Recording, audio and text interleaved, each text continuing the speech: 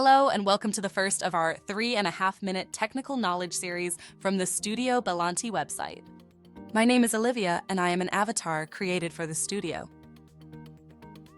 Today I will give you a brief introduction to what is a deal contingent trade and how it can help you as corporate treasurer or finance director achieve your risk management objectives.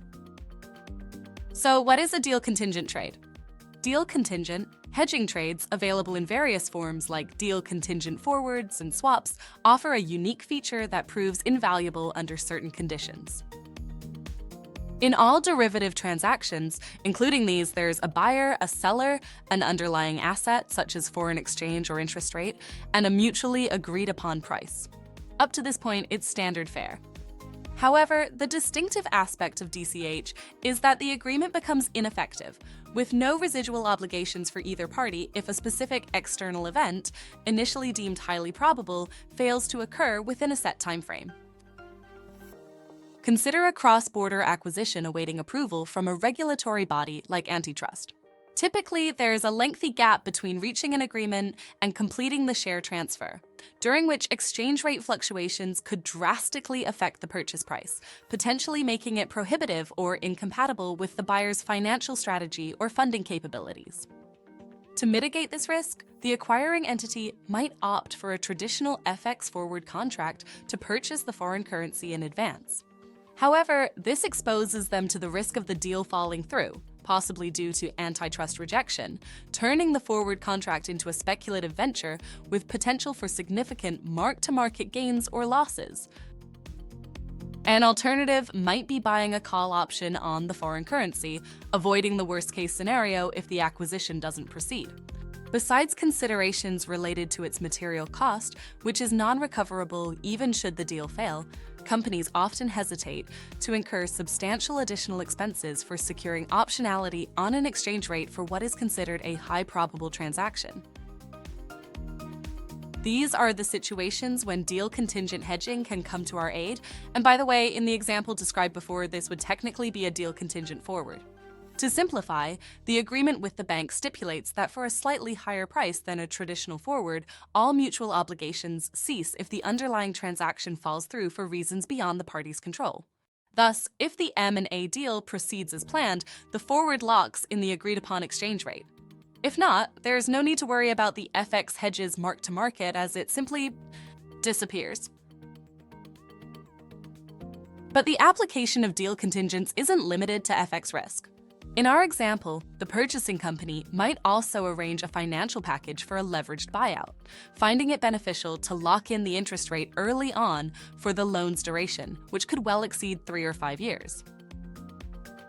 Here, the same dilemma reappears. Securing an early traditional interest rate swap risks mark-to-market losses if the deal collapses.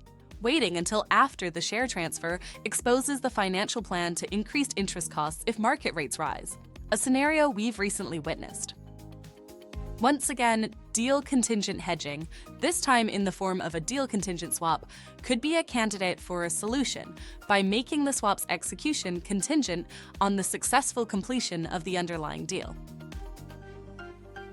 Moreover, M&A transactions aren't the only situations where DCH can be an effective risk management tool. For instance, in project financing, sponsors must satisfy various conditions, not always within their control, before accessing financing from banks.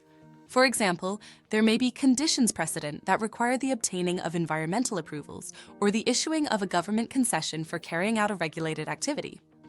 Given the often large-scale and long duration of project finance deals that may well exceed 10 or 15 years, ensuring a fixed interest rate for a portion of the financing becomes crucial to keep financial costs within defined boundaries throughout the project's life.